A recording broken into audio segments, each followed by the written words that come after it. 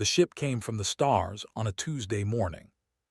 Director stood at the window of Sol Command, watching the massive vessel descend through the clouds. It was beautiful in a cold way, all silver curves and blue lights. They had arrived, and they had not asked permission to enter Earth's atmosphere. "They are broadcasting on all channels," said Lieutenant from her station. "They want to speak with our leaders." Turned from the window. She was 53 years old, with gray streaks in her black hair and eyes that had seen too many classified reports. She had known this day would come. Earth's scientists had detected alien signals decades ago.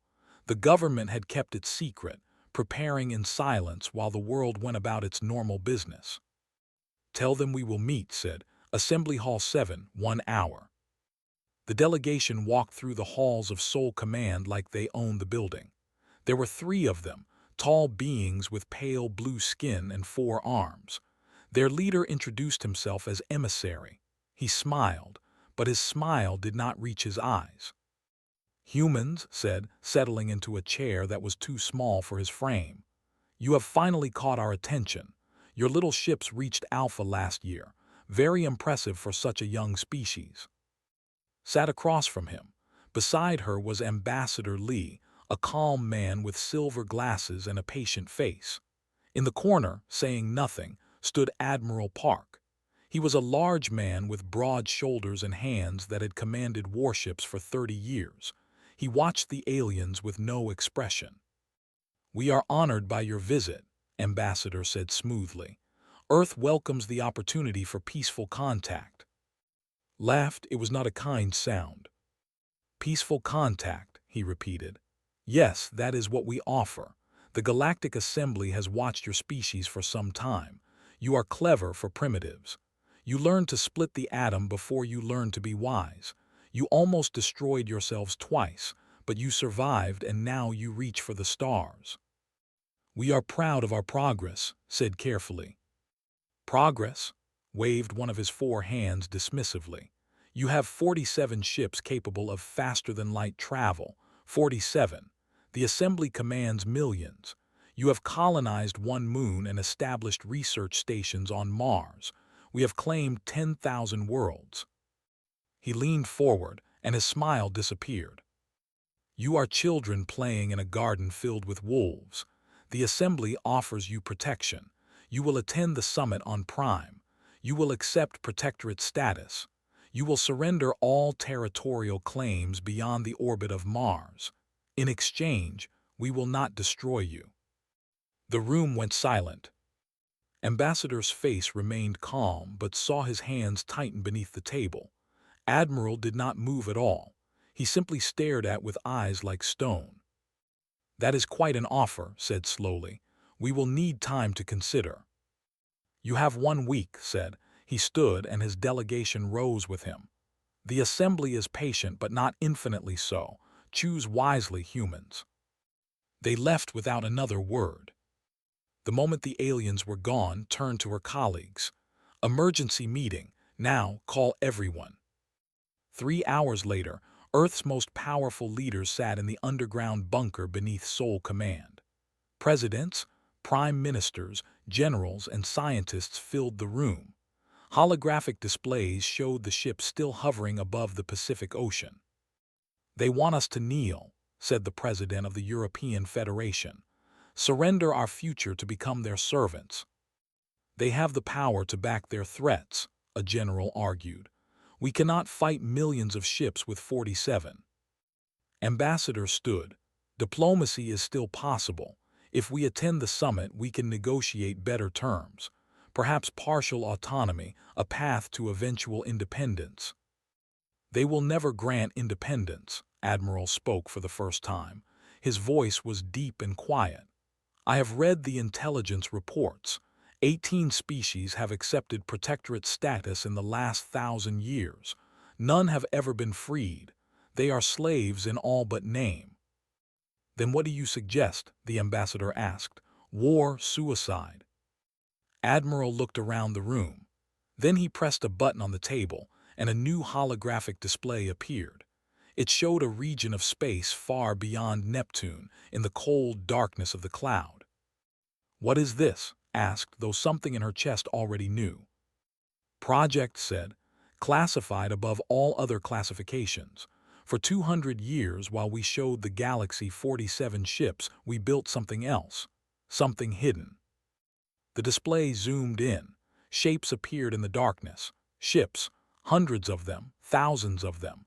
Massive vessels with angular hulls and weapons that gleamed like teeth. 2,000 warships, continued, built in secret shipyards carved into asteroids, crewed by volunteers who have lived their entire lives in the dark, training for a war they hoped would never come. The galaxy thinks we are children. They have no idea what waits in the silence.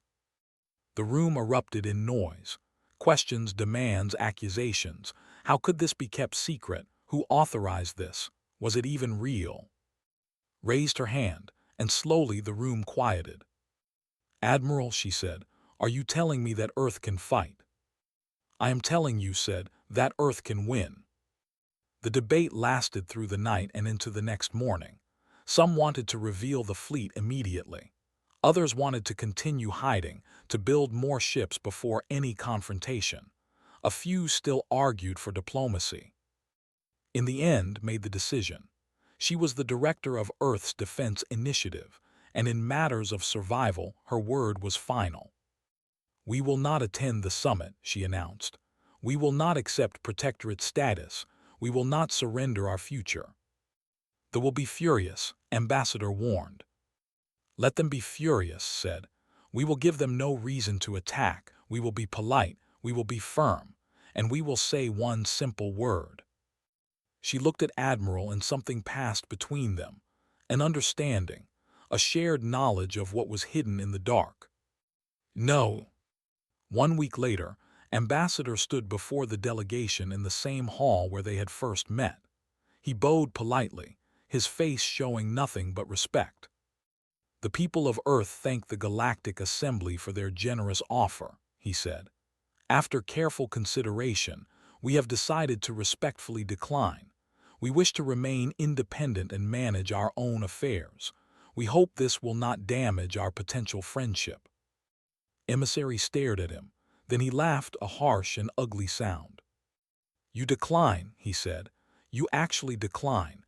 Do you understand what you have done? You have signed your death warrant. The Assembly will not forget this insult. When we return, it will not be with an invitation." "We understand," Ambassador said calmly. "We wish you safe travels." They left Earth that day. Their ship rose into the sky and vanished among the stars, carrying word of humanity's foolishness back to the Assembly. Across 1,000 worlds, the galaxy laughed. The humans had refused the summit. The humans thought they could stand alone. It was the greatest joke the Assembly had heard in centuries. In the cold darkness of the cloud, 2,000 ships waited in silence. Their crews heard the laughter echoing across space. They did not mind. They had waited 200 years. They could wait a little longer. And when the time came, the galaxy would learn that humanity did not make jokes. Prime was a world of gold and glass. The capital of the Galactic Assembly floated in a system with 3 suns, and its towers caught the light in ways that made them seem to burn. Billions of beings from hundreds of species lived there, trading, arguing, scheming, and dreaming of power. It was the center of civilization, or so its residents believed. In the Grand Assembly Hall, 1,000 delegates sat in curved rows that rose toward a ceiling painted with stars. At the center stood High Arbiter, leader of the Assembly for the past 800 years. He was ancient even by standards. His blue skin faded to pale gray, but his mind remained sharp as a blade. Today he was amused. "The humans have refused," he announced, and laughter rippled through the hall. "They have rejected our protection. They believe their 47 ships can defend them against the galaxy." A delegate from the collective stood. He was a massive creature covered in thick brown fur, with tusks that curved past his jaw. "Perhaps they do not understand arithmetic," he said, and the hall laughed again. Perhaps they need a lesson, suggested another delegate, a slender being with scales that shifted color as she spoke. A small fleet, a demonstration, nothing permanent, just enough to remind them of their place. High Arbiter raised a hand for silence. Patience, he said. The humans are new to the stars. They do not yet understand how things work. We will give them time to reconsider. If they remain stubborn, then yes, we will teach them. But there is no rush. Where can they go? What can they do? They are trapped in their little corner of the galaxy with nowhere to hide. The assembly agreed. Humanity was not worth the effort of serious attention. They were a joke, a momentary entertainment. The galaxy had more important matters to discuss. But not everyone in the hall was laughing. In the back row, dressed in the simple clothes of a merchant trader, sat a woman named Myra. She had brown eyes, black hair cut short, and a face that no one would remember 5 minutes after meeting her. That was exactly how she wanted it. Myra had been on Prime for 6 years. She ran a small trading company that shipped luxury goods between systems. She paid her taxes, followed the laws, and never caused trouble. She was invisible, just another face in the crowd of billions. No one knew she was a spy. Myra listened to the assembly's laughter with a blank expression, but inside, she was memorizing every word. Later that night, she would encrypt her observations and send them through a network of hidden relay stations that stretched all the way back to Earth. Her handlers in sole command would receive the message within hours, faster than any official communication. After the session ended, Myra walked through the crowded streets of Prime. Aliens of every shape and size filled the sidewalks, conducting business, arguing, living their lives. Most of them looked at humans with a mixture of pity and contempt. Poor creatures, they seemed to think. So young, so foolish. Myra kept her head down and her ears open. Information was everywhere if you knew how to listen. She stopped at a food stall and ordered a bowl of something hot and spicy. The vendor, a friendly four-armed, chatted while he cooked. "Did you hear about your people?" he asked. "Refusing the summit, very brave, very stupid." "I try not to follow politics," Myra said with a small smile. "Smart politics will only break your heart." The vendor handed her the bowl. "But between us, I feel sorry for your kind. The assembly does not forgive insults. When they decide to act, it will be quick and final." Myra thanked him and walked away, eating as she moved. Quick and final. That was useful information. It suggested the assembly would not wait forever. She reached her apartment as the 3 suns began to set. Inside, she locked the door, activated her security systems, and sat down at a terminal that looked like an ordinary entertainment console, but was actually a military-grade communication device. Her fingers moved across the keys, encrypting her report. Priority message to Sole Command. Assembly session confirmed hostile intent toward Earth. Rhetoric suggests military action within 2 years. Fleet movements detected in home systems consistent with mobilization. Recommend acceleration of defensive preparations. Further intelligence to follow. Agent out. She sent the message and leaned back in her chair. Outside her window, the lights of Prime glittered like fallen stars. It was beautiful, she admitted. A shame it might soon become a battlefield. Far across the galaxy, in the frozen darkness beyond Neptune, another message was being sent. Fleet Marshal stood on the bridge of the dreadnought, reading the intelligence report from Agent. He was a thin man with sharp features and eyes that missed nothing. He had commanded the fleet for 15 years, longer than any officer before him. The job had turned his hair white and carved deep lines into his face, but his mind remained clear.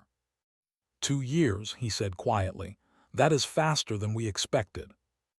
His executive officer, a tall woman named Vice Admiral IM, stood beside him. "We are ready," she said. "The fleet has been ready for decades. The crews are trained. The ships are operational. We can fight today if needed." "Fighting is the easy part," said. The hard part is choosing when to reveal ourselves. Once the galaxy knows we exist, we lose our greatest advantage. Surprise is a weapon you can only use once. He walked to the main, which showed nothing but endless darkness. The cloud was the loneliest place in the solar system, a vast shell of ice and rock that surrounded everything humanity called home. No one came here. No one had any reason to. It was the perfect hiding place.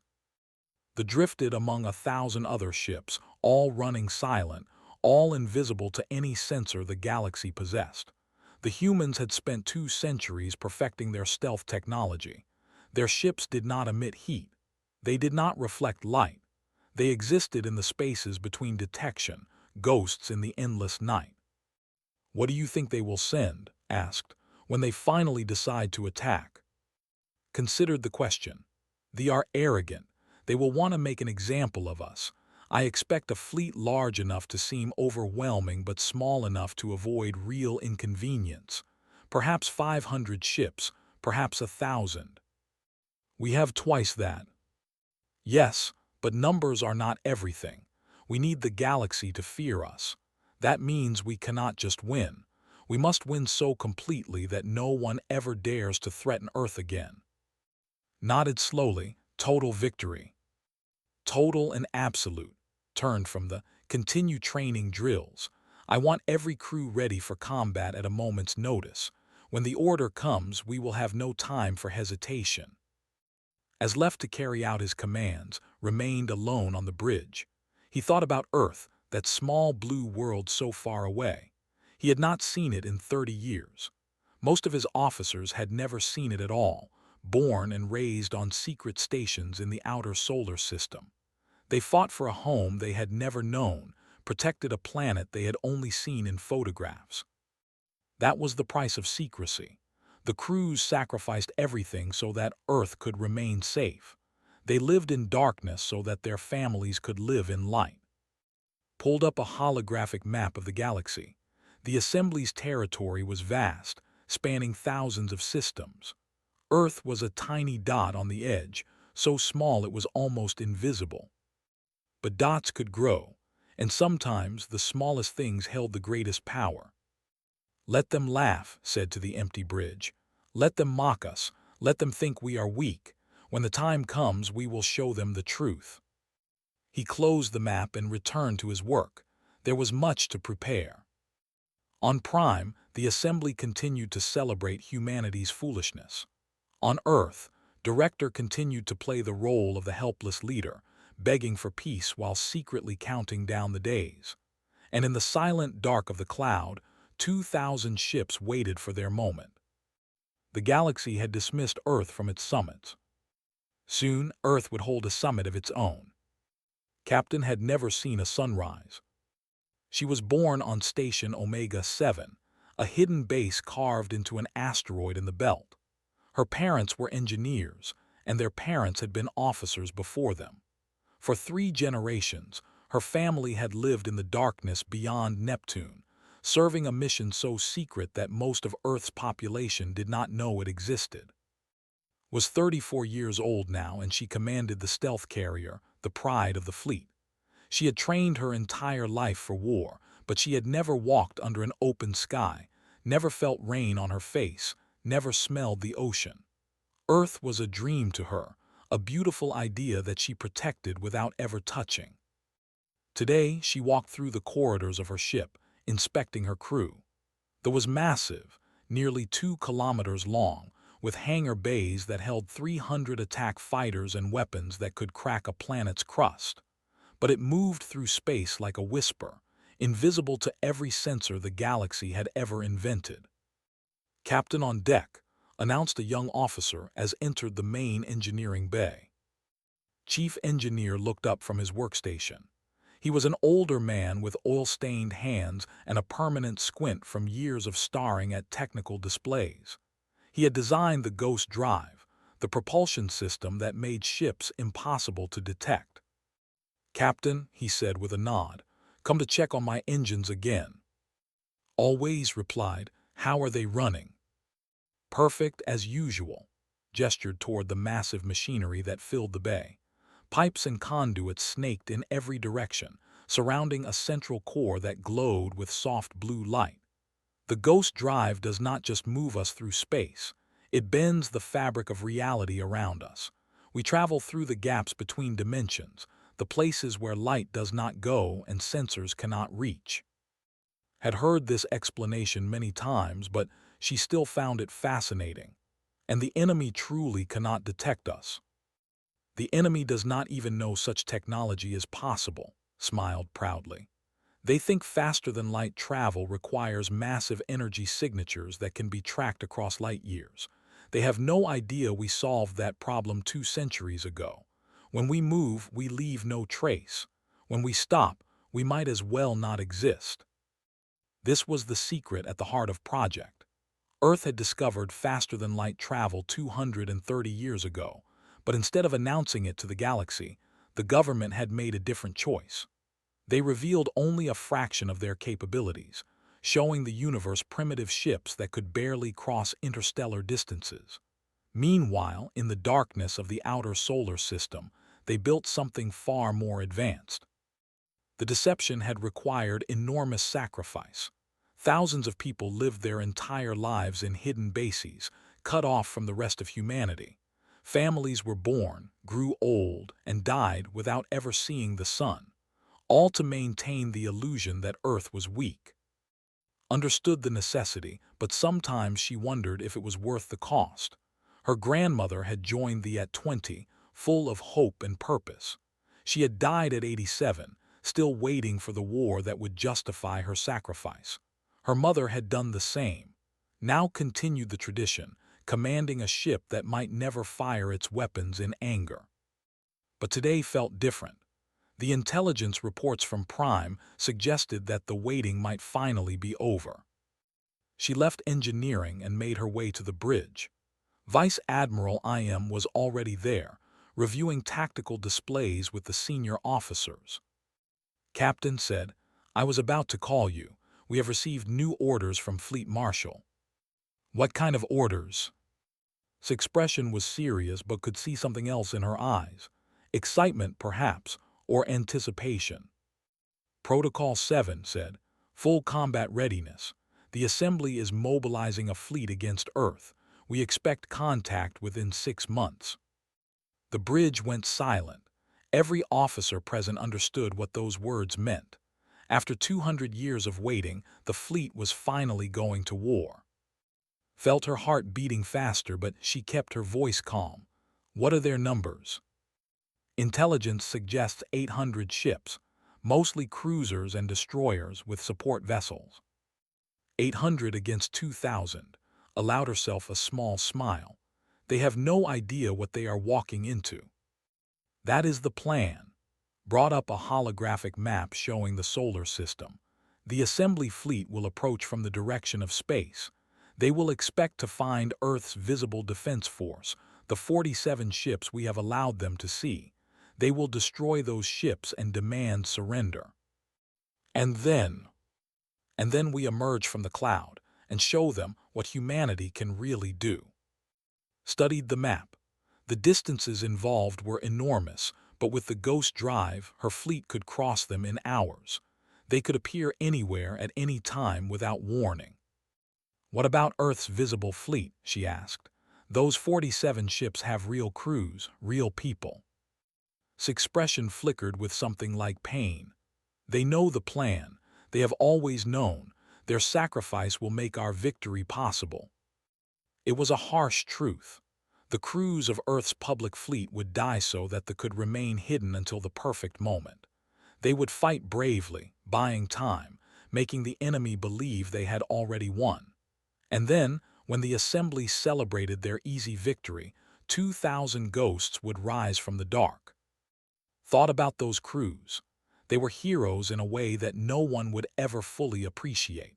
Their names would be remembered, but the true nature of their sacrifice would remain classified forever. "We will honor them," she said quietly. "We will make their deaths mean something." "Yes," agreed, "we will." Over the following weeks, the fleet prepared for battle. Ships that had drifted silently for decades came alive with activity. Crews ran drills until they could perform their duties in their sleep. Weapons were tested, systems were checked, and every possible scenario was analyzed. Spent her days training her pilots and her nights studying enemy tactics. They were experienced warriors, veterans of countless conflicts across thousands of years. They had conquered dozens of species and never lost a major engagement. They believed they were invincible. But they had never faced humanity. One evening, found herself alone in the observation deck of the. Through the reinforced windows, she could see the other ships of her battle group, dark shapes against the darker void. Beyond them, so far away it was just another point of light, was the sun. She had never been close enough to feel its warmth, but she had seen pictures of Earth, studied its history, learned about its oceans and mountains and cities. She knew that billions of people lived there, going about their daily lives without any idea that a fleet of guardian angels watched over them from the edge of the solar system. Those people would never know her name. They would never know the names of her crew or the sacrifices they had made, and that was fine. That was the point. They could live in peace precisely because people lived in the dark. "It is worth it," she said to herself, watching that distant light. "Whatever happens, it is worth it." A soft chime interrupted her thoughts. She checked her communicator and found a message from Fleet Marshal. "All captains report to flagship for final briefing. Operation Silent Thunder begins in 48 hours. Took one last look at the distant sun. Then she turned and walked toward the shuttle bay, ready to learn her part in the battle that would change everything. They were coming to teach humanity a lesson. They had no idea that humanity had a lesson of its own to deliver. The fleet arrived like a storm of metal and fire. 800 warships dropped out of faster-than-light travel at the edge of Earth's solar system, their hulls gleaming under the distant light of the sun. At their head flew the flagship Dominion, a massive dreadnought that stretched nearly 5 kilometers from bow to stern.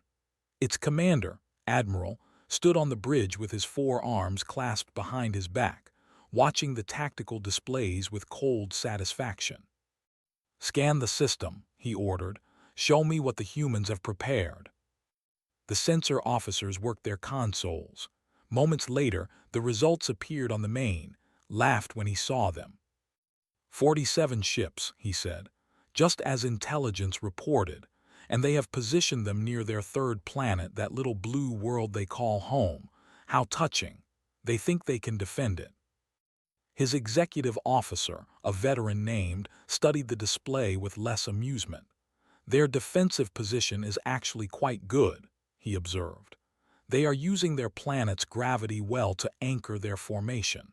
Our larger ships will have difficulty maneuvering." "It does not matter," said dismissively. "We outnumber them nearly 20 to 1. Even if they fight well, the mathematics are clear. Begin the approach. I want this finished within a day." The fleet moved toward Earth in a vast crescent formation, hundreds of ships spreading across millions of kilometers of space.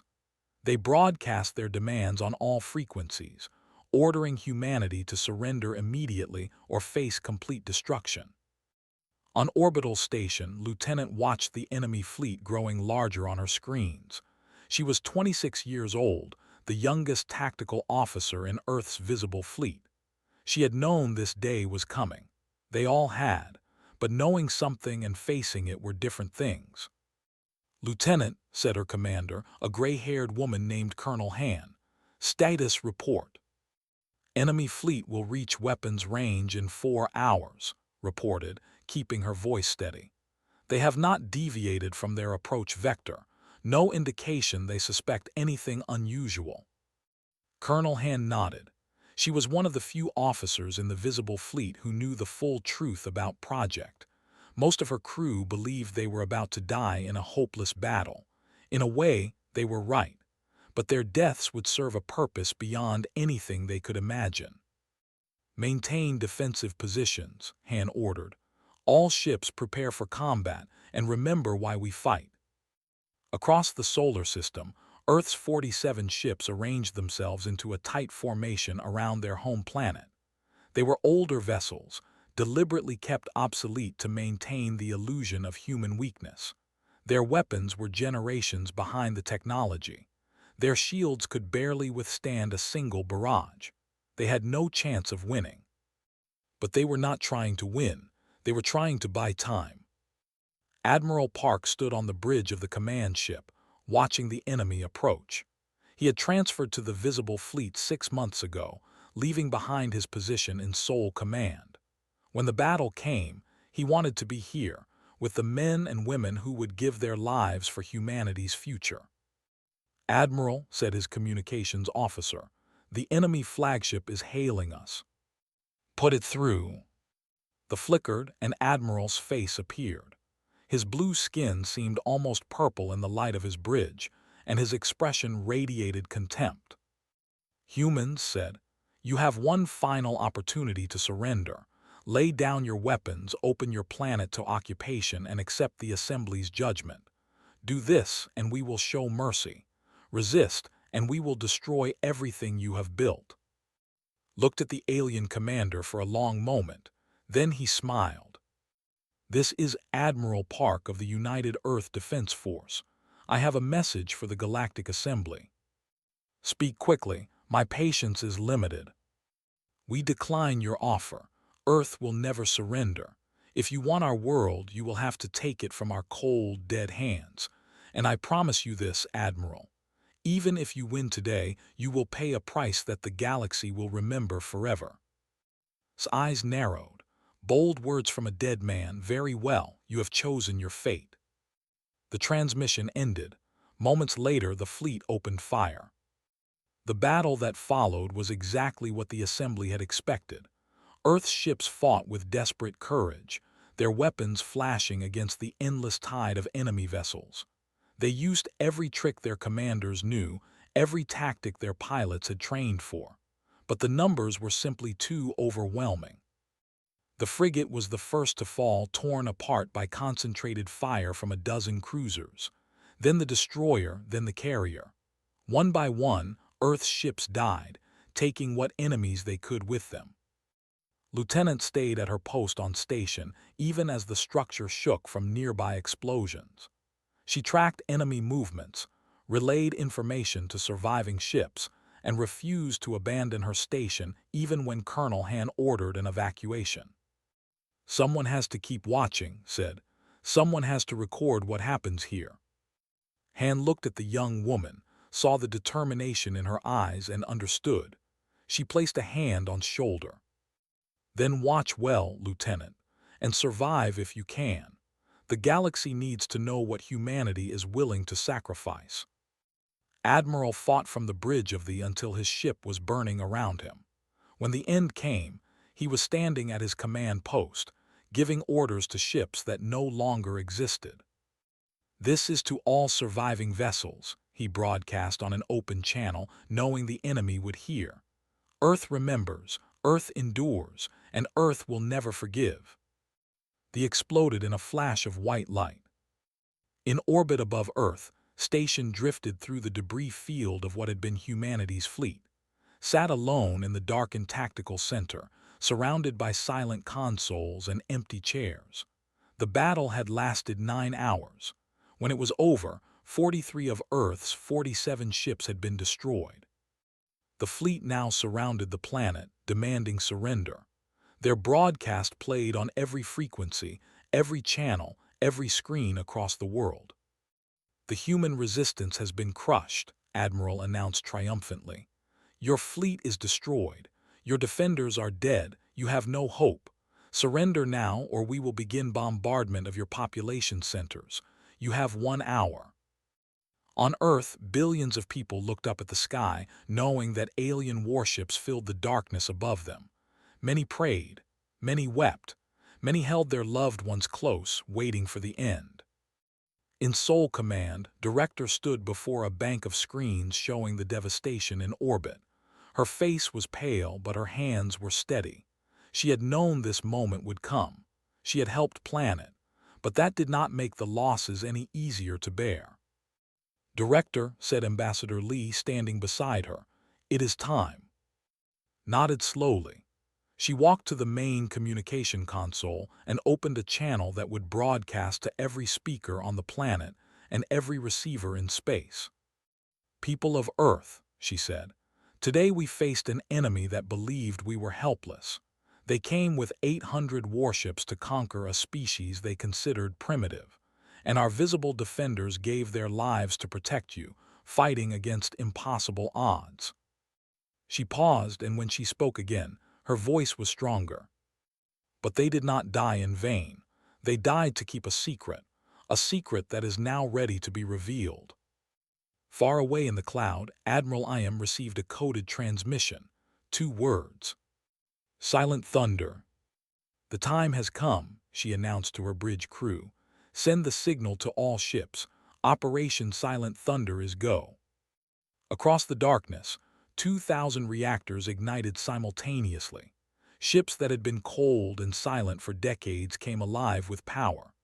Ghost drives spun up, bending space around them, preparing to carry them across the solar system in a single impossible leap.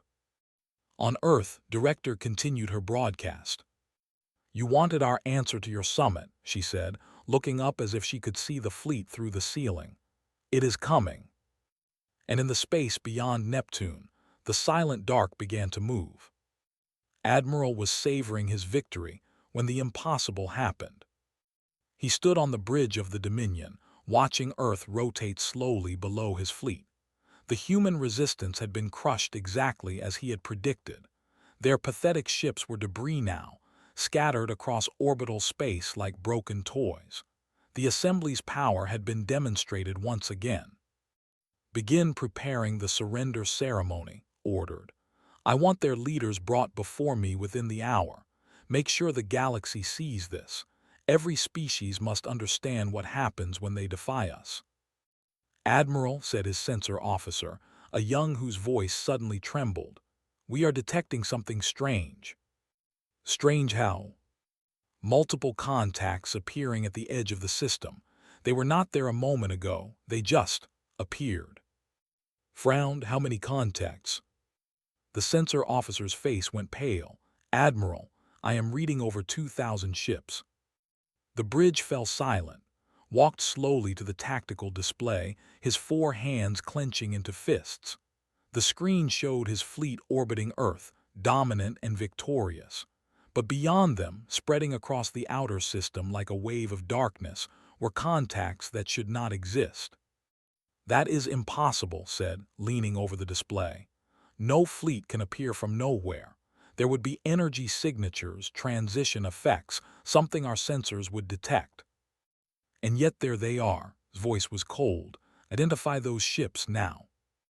The sensor officers worked frantically, but their instruments provided no answers. The approaching vessels did not match any known design in the assembly's database. Their energy signatures were minimal, almost undetectable. They seemed to absorb light rather than reflect it, dark shapes moving through darker space. They are not responding to hails, reported the communications officer.